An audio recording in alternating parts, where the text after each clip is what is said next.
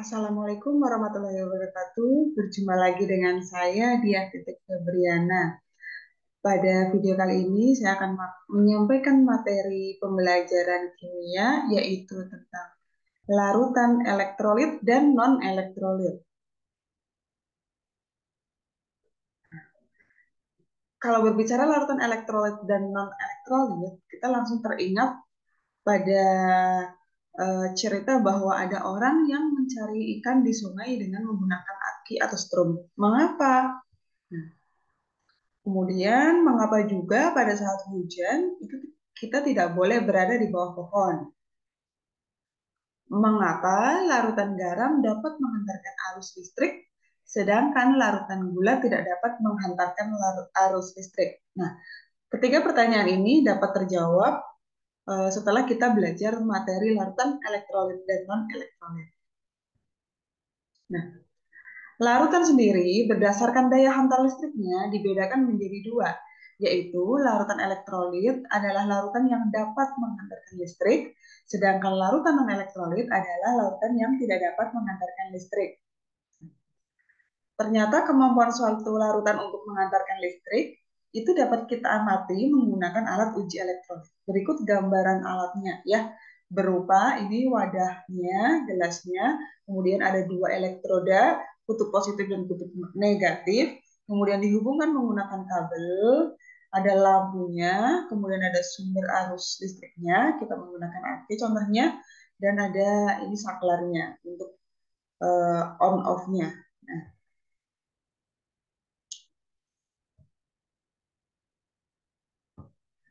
berdasarkan kekuatan daya hantar listriknya, larutan elektrolit masih terbagi lagi menjadi dua, yaitu larutan elektrolit kuat yang daya hantar listriknya kuat, dan larutan elektrolit lemah yang daya hantar listriknya lemah. Nah, ini contoh gambaran video larutan elektrolit yang kuat.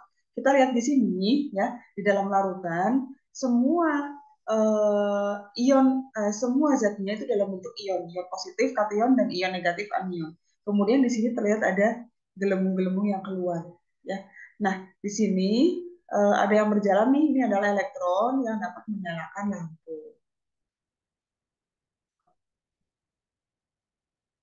Nah, larutan elektrolit kuat pada pengamatan tadi adanya gelembung gas dan nyala lampu yang terang merupakan gejala larutan tersebut mempunyai daya hantar yang kuat sehingga disebut dengan larutan elektrolit kuat. Nah, mengapa? Ternyata pada larutan elektrolit kuat, seluruh molekulnya terurai menjadi ion-ion atau terionisasi sempurna yang ditandai satu arah pada persamaan reaksinya. Karena banyak ion-ion yang mengantarkan arus listrik, maka daya hantarnya kuat. Contohnya, misalkan NaCl solid di dalam air terurai menjadi Na+ dan ion Cl-nya.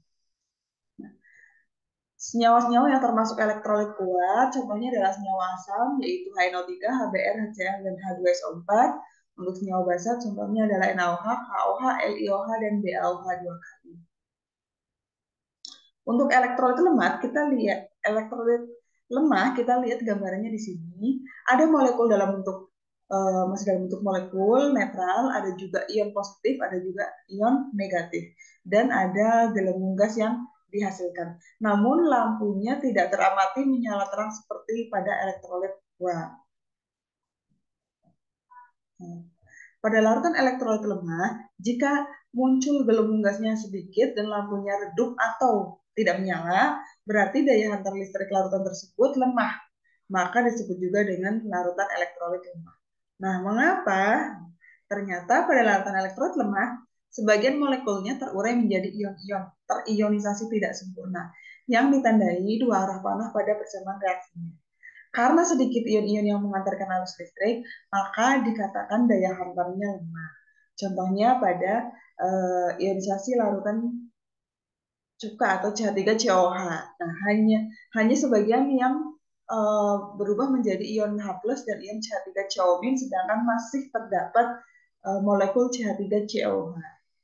Nah, senyawa lain yang termasuk elektrolit lemah adalah kalau asam, contohnya adalah H2CO3, HF, CH3COH, dan HCOH. Untuk basa contohnya ada NH4OH, ALOH 3 kali, dan ZNOH 2 kali. Ya, ini 2 kali.